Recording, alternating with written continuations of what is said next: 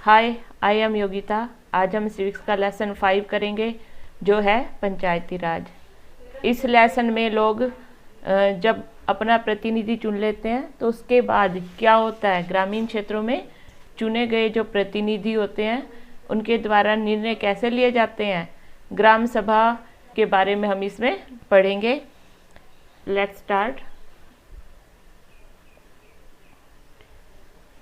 कि आज का जो दिन है बहुत ख़ास है। सभी लोग ग्राम सभा के लिए जा रहे हैं, तो उसमें ग्राम सभा पंचायत के चुनावों के बाद जो पहली बार ग्राम सभा की बैठक हो रही है, तो हर दास के गांव के जो लोग होते हैं वो बहुत उत्सुक है यह जानने के लिए कि जो ग्राम सभा की मीटिंग हो रही है इसमें क्या क्या योजनाएं बनाई गई हैं। सबसे पहले हम देखेंगे कि ग्राम सभा है क्या। ये हमें जो कॉलम दिया हुआ है इसको हम सबसे पहले पढ़ेंगे। ग्राम सभा जो होती है वो क्या है, एक पंचायत क्षेत्र में रहने वाले सभी वयस्कों की सभा होती है।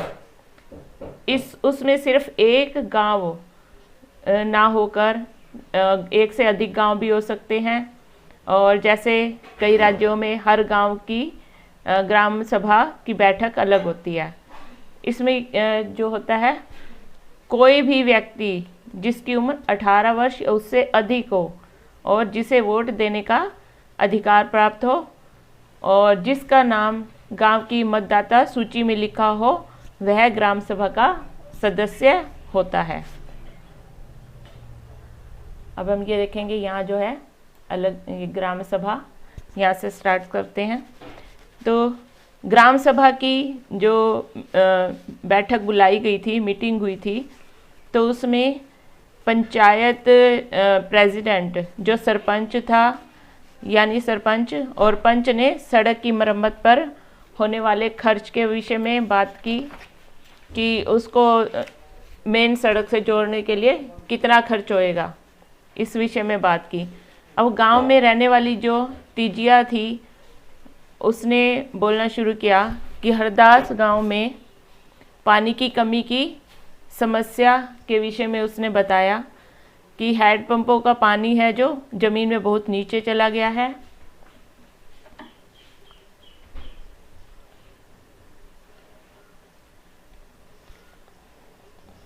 ज़मीन में नीचे चला गया है, जिससे हैंडपंप में बहुत थोड़ा पानी आता है। औरतों को 3 किलोमीटर दूर सुरू नदी से पानी लेने जाना पड़ता है। तो उसके लिए एक सुझाव दिया गया, एक सदस्य ने सुझाव दिया कि सुरू नदी का जो पानी है उसे हम पाइपलाइन से लाकर गांव में एक बड़ी सी टंकी में भर लेते हैं। लेकिन जो दूसरा सदस्य था तो यह बात पसंद नहीं आई। वो कहने लगा कि यह बहुत महंगा पड़ सकता है, और उन्होंने कहा कि इस बार हम सिर्फ हैंडपंप को और गहरा कर लेते हैं और कुओं की जो सफाई कर लेते हैं। तो इसके बाद तीजिया ने कहा, जो एक और गांव में रहने वाली महिला थी तीजिया, उसने कहा कि इतने से तो काम नहीं चलेगा, क्योंकि इसके लिए हमें कोई पक्की व्यवस्था करनी पड़ेगी, क्योंकि हर साल जो है पानी का स्तर नीचे चला जाता है। जितना पानी हम इस्तेमाल करते हैं उससे कम पानी ज़मीन में रिस के जाता है। तो अनवर जो उस गांव का दूसरा सदस्य था, वह बोला, अनवर ने तब सबको बताया कि उसने महाराष्ट्र के गांव में पानी संरक्षण के नए तरीके देखे हैं। वह उस गांव में अपने भाई से मिलने गया था, जिसे कि जब वो जो नया तरीका था उसको क्या कहा जाता है, वाटरशेड के नाम से जाना जाता है, जिसमें जो है पानी जल संवर्धन विकास कार्यक्रम कहते हैं जिसे। उसने सुना था कि सरकार ने उसके लिए उन्हें पैसा भी दिया है। सबको अनवर का यह विचार बड़ा अच्छा लगा और सबने ग्राम पंचायत को इसके बारे में पता करने के लिए बताया। अब जो ग्राम पंचायत में अगला मुद्दा था, वहाँ का अगला मुद्दा था गरीबी रेखा के नीचे आने वाले लोगों की सूची में दर्ज नाम, उनके विषय में बात करना। जो सूची बनाई गई थी उसे पढ़ना शुरू किया गया, तो लोगों ने बीच में विस्परिंग मतलब धीरे धीरे बोलना शुरू कर दिया कि नटवर और जो बिरजू हैं उनका नाम इस सूची में कैसे आ गया, क्योंकि उनके पास सभी सुख सुविधाएं हैं, जबकि ओम प्रकाश जो एक मजदूर है वह गरीब भी है, उसका मुश्किल से गुजारा होता है, तो उसका नाम इस सूची में नहीं है। तो सुखीबाई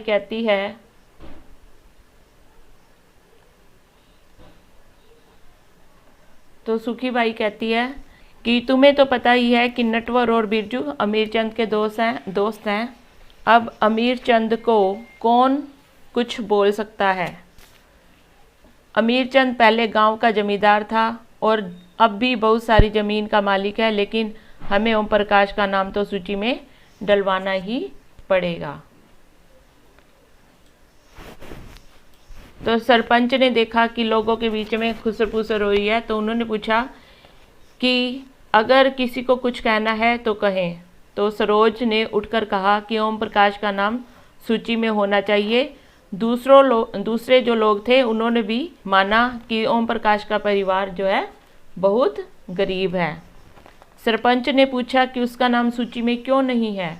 तो जिस शिक्षक ने गरीबी रेखा के नीचे आने वाले गरीबों का सर्वेक्षण किया था, उसने बताया कि मैं ओम प्रकाश के घर गया था, तो जब भी मैं उसके घर जाता था तो वहाँ पर ताला लगा होता था, जिस कारण से उसका नाम उस लिस्ट में नहीं आ पाया। तो फिर सरपंच ने कहा कि ओम प्रकाश की पारिवारिक आय देखी जाएगी और अगर वह सरकार द्वारा जो तय की गई राशि है उससे कम होगी तो उसका नाम सूची में डाल दिया जाएगा। अब पीछे एक कॉलम था, वो हम पढ़ते हैं पहले।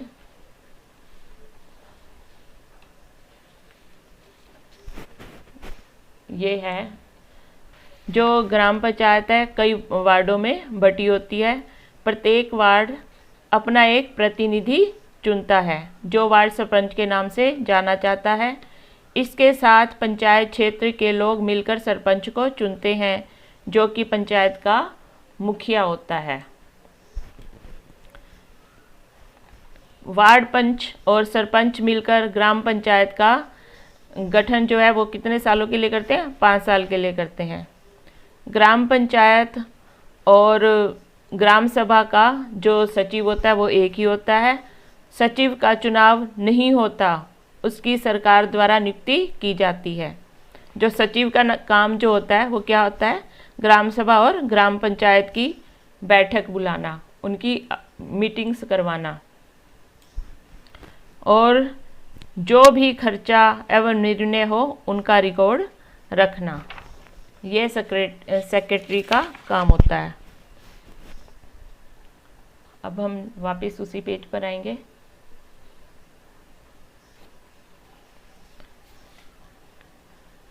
नेक्स्ट है हमारा द ग्राम पंचायत। तो अब हम इसमें पढ़ेंगे कि ग्राम पंचायत क्या काम करती है, उनके फंड्स कहाँ से आते हैं, तो इसके बारे में अब इसमें पढ़ेंगे। तो ये है, ग्राम पंचायत की नियमित रूप से बैठक होती है।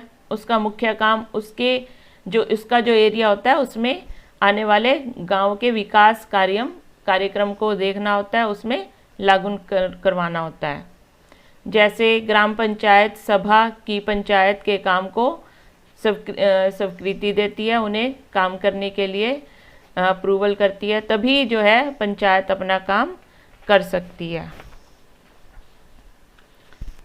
और ये देखो इधर साइड पे ये कॉलम दिया हुआ है, the work of gram panchayat includes, जो ग्राम पंचायत के क्या क्या काम होते हैं, उनका काम होता है ग्राम पंचायत के काम सड़कों, नालियों, स्कूलों, भवनों, पानी के जो भी स्रोत होते हैं और अन्य जो सार्वजनिक उपयोग के भवन होते हैं उनका निर्माण और उनका रखरखाव करना। और उसके बाद है स्थानीय कर लगाना और कर को इकट्ठा करना।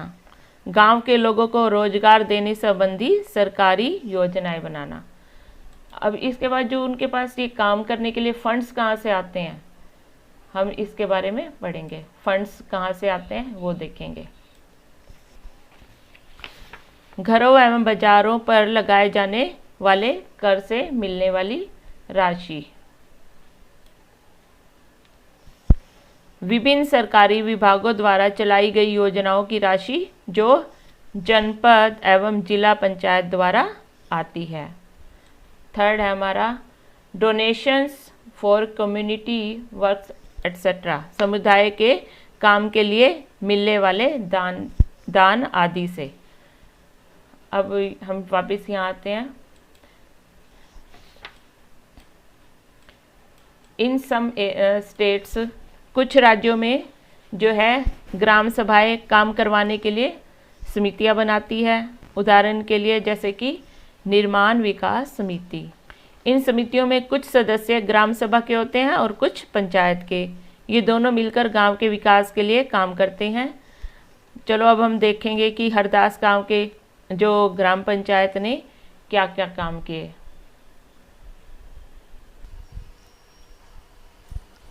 आपको याद ही होगा कि हरदास गांव की जो मीटिंग हुई थी तो कुछ पंचों ने इस मुद्दे को दोबारा उठाएंगे। तो इस बैठक में सरपंच, पंच और सचिव उपस्थित थे। तो उन्होंने इस मुद्दे को दोबारा उठाएंगे तो इसके विचार लिए बात की। तो पंचायत के सदस्यों ने पहले एक कुआं साफ करने और 2 हैंडपंप को गहरा करने के विकल्प पर सोच विचार किया ताकि गांव को पानी के बिना न रहना पड़े। सरपंच ने सुझाव दिया कि क्योंकि जो पंचायत है उसके पास हैंडपंप की देखरेख के लिए कुछ पैसा है तो उन्हीं पैसों को इस काम में लगाया जा सकता है। इस पर जो सभी सदस्य थे वो सभी मान गए और सचिव ने उनके निर्णय को रजिस्टर में रिकॉर्ड कर लिया। जो ये था उसका रिकॉर्ड उन्होंने एक रजिस्टर में रख लिया। The members then went to discuss the options for a long term solution. उसके बाद सभी जो सदस्य थे उन्होंने मिलकर इस समस्या का स्थायी जो हल था वो ढूंढने के लिए विचार करने लगे, क्योंकि उन्हें अगली मीटिंग में पता था कि ग्राम सभा के सदस्य जो हैं ये प्रश्न उनसे पूछेंगे। तो कुछ पंचों ने पूछा कि क्या जल संरक्षण से पानी के स्तर में कोई विशेष फर्क पड़ेगा। तब अंत में यह निर्णय हुआ कि ग्राम पंचायत खंड विकास अधिकारी से बात करके इस योजना पर अधिक जानकारी इकट्ठा करेगी। अब है जो पंचायत हमारी है, पंचायत के लेवल्स, स्तर कौन कौन से होते हैं वो हम पढ़ेंगे इसमें। हरदास गांव की ग्राम सभा और पंचायत के जो सभा थी उसको पढ़ने के बाद हमें समझ आ गया कि पंचायत राज व्यवस्था एक ऐसी प्रक्रिया है जिसके द्वारा लोग अपनी सरकार में भाग लेते हैं। जो उनके द्वारा चुनी हुई सरकार होती है वो उसमें भाग लेते हैं। पंचायती राज व्यवस्था लोकतांत्रिक सरकार की फर्स्ट टायर मतलब पहली सीढ़ी है। ग्राम पंचायत ग्राम सभा के प्रति जो है जवाबदेह होती है, उसके लिए रिस्पॉन्सिबल होती है, क्योंकि ग्राम सभा के लोग ही उसको चुनते हैं।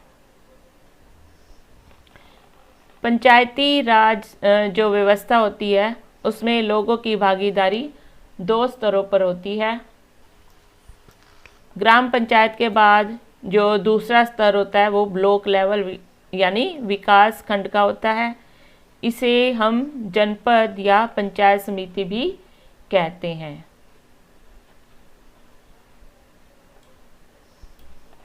यह जो पंचायत समिति होती है यही कई ग्राम पंचायतें इसमें होती हैं। पंचायत समिति के ऊपर जो होती है वो जिला पंचायत या जिला परिषद होती है। यह हमारा तीसरा स्तर होता है। जो जिला परिषद है वो एक जिले के स्तर पर विकास की योजनाएं बनाती है। पंचायत समिति की मदद से जिला परिषद सभी पंचायतों में जो राशि होती है वो उनको बांटती है। संविधान में दिए गए निर्देशों के आधार पर देश के हर राज्य ने पंचायत से जुड़े हुए कानून बनाए हैं। इसलिए पंचायत संबंधी जो कानून होते हैं हर राज्य में कुछ अलग अलग हो सकते हैं। इसके पीछे जो है मुख्य विचार यही है कि अपने गांव की व्यवस्था में लोगों की जो भागीदारी है वो बढ़े और जो है उन्हें अपनी आवाज़ उठाने के लिए ज़्यादा से ज़्यादा मौके मिले। ये लेसन कंप्लीट हो गया है। उम्मीद है आपको समझ आ गया होगा। Thanks for watching this video.